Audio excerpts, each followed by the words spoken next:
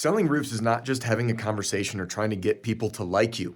There's an art to a sales conversation, and that's why I put together this compilation video for you to teach you the 3 most powerful formulas that I've created over the last almost 15 years to help you ace your pitch at the door, overcome objections, and close more sales. Watch this video all the way through, take notes, and start using what you learned to have better sales conversations and earn more customers.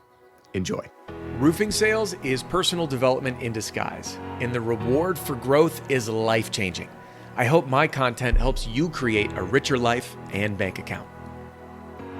I'm going to be teaching you the SLAP formula. All right, this is an easy acronym, 4 letters, 4 simple ways to ace your pitch at the door. This is a 4-step process to ace your pitch every single time. I'm going to leave this up. We're going to go letter for letter.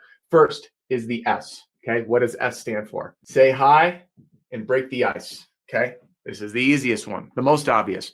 When you introduce yourself, hey, my name's Adam, okay? So just an introduction, you can break the ice. When I was working in an area that had a lot of lakes, if someone had a boat, I'd ask where they went boating because I went boating a lot, and it was just a great way to break the ice. Here's the L. Let them know why you're there, and most importantly is make it familiar. Now, what do I mean by that? Hey, my name's Adam. I'm here because I'm in the neighborhood. I'm just leaving Peggy's house, and I just helped her overturn her denied storm damage claim into fully paid, okay? So I'm letting them know why I'm there. I'm in the neighborhood. I just left Peggy's house. I just got it approved. So making it familiar to the street name, the subdivision, the city, the more specific, the better. This is where it starts getting juicy. A, okay, which is ask an open-ended question. The main reason is this. You want your customer to have to think.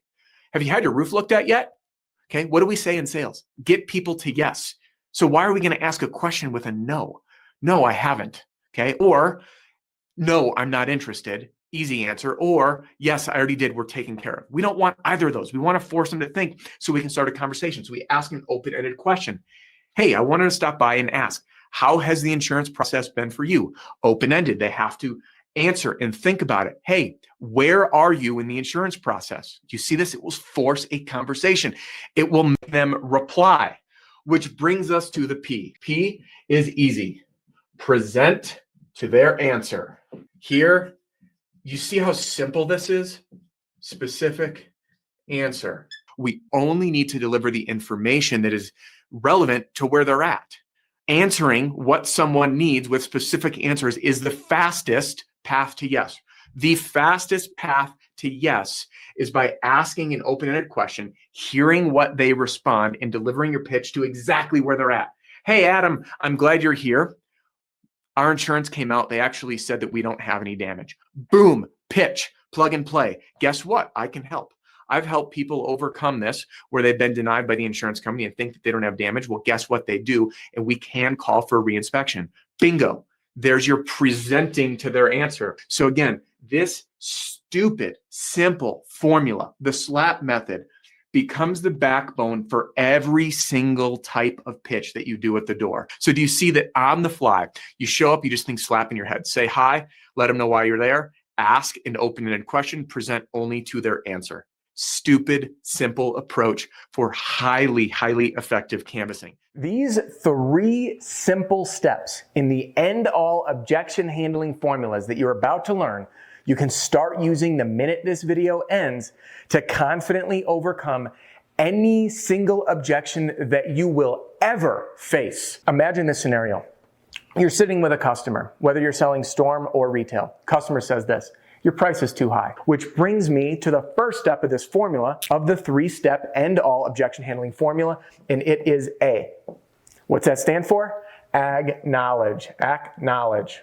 What does that mean? It means to simply restate to the customer what they just told you.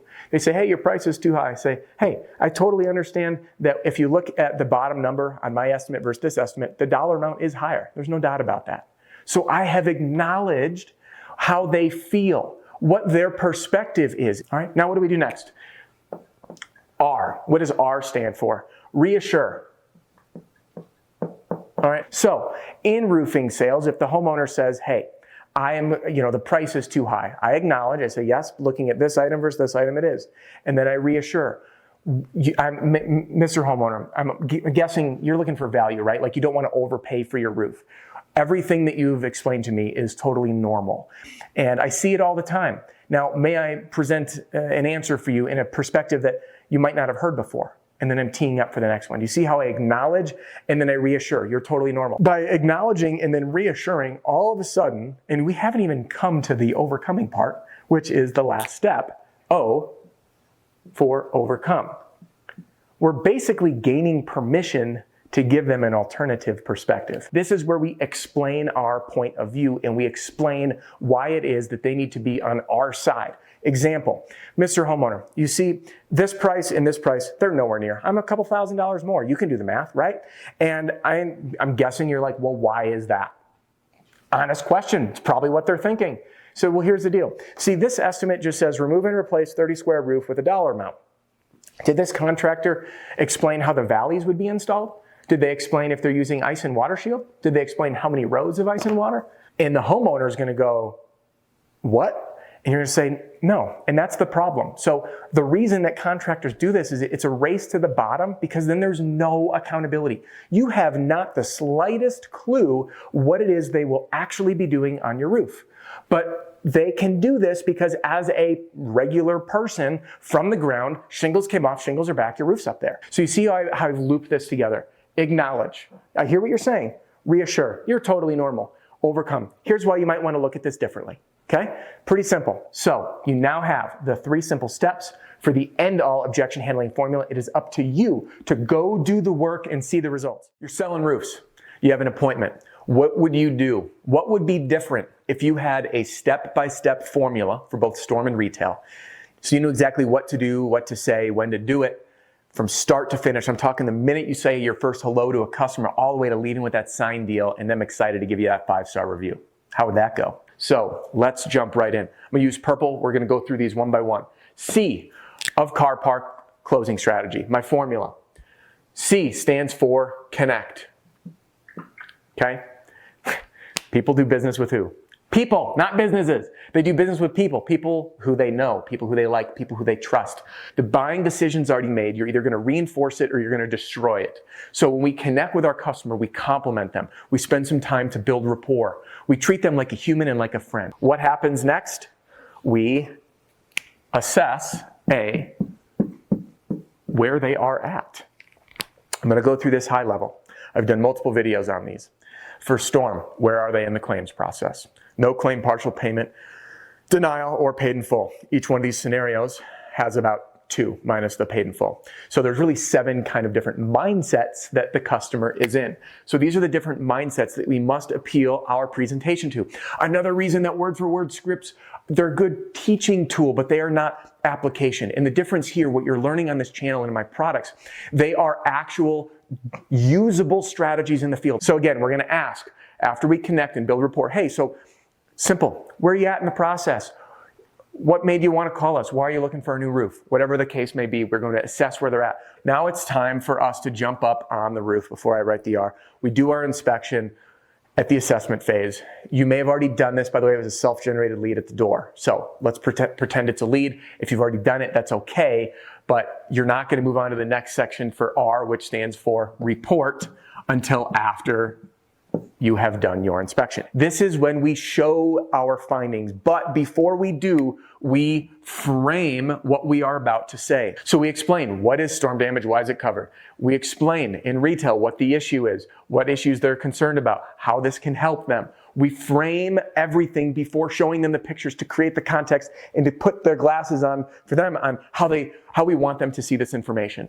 And here and only here do we show our findings afterwards and explain, again with framing, why insurance is going to cover this damage. So we want to get that out of the way first before explaining the damage. Here's the damage, here's why it's covered, then let's go into showing you what your roof looks like so they can be the judge. All right, so I'm going to give them the right lens, then show them the photo. Then I am going to ask if they want to see how I can help. All right? Now, one thing which I'm going to rewind for a minute on the report. It's important to get invited to the kitchen table before you do this. You simply ask when you get off the ladder before you go to this report, hey, where's a good spot for us to sit down and review this stuff so we're out of the sun? It puts the customer at ease. You walk side by side, they invite you into the house or the kitchen table, the power dynamic changes. It is a subtle but incredibly powerful shift, and it's essentially a way to get invited into the kitchen table without them even realizing that you essentially asked. It's incredibly powerful. Now, we are on to the P of presentation. P stands for present or pitch, okay? People call it pitch, present, either way, same concept. It is in here that we follow my 7-part formula of nailing the right presentation, and we grab the area of our assessment, and we plug it in to customize. So the first 2 are always the same, the first 3 actually. Then number 4 is where we customize everything, and then the rest is the same. So we know for Stormer Retail, it's virtually the same presentation, believe it or not, for the bones of it. Then we custom tailor the assessment by plugging it in and customizing the presentation to the customer's needs. And again, there's those 7 different scenarios. We must customize this presentation. Now comes to asking for the business. We knock out any future objections. We find out what's most important to them. And then we use a powerful close saying, hey, this is most important to you. If I can satisfy that, would you be willing to work with me? So then we get the autograph. I don't say signature. We get the autograph and we move forward. Now that brings us to R, which is referrals. And this is something that we must do right away. People know we should ask for referrals. There's 3 ways: getting the neighbors' names, introducing the referral program, and the insurance agent side of things. So we ask for referrals, and then K is kickstarting a 5-star worthy relationship. This is where you get reviews, you express your commitment to provide that service.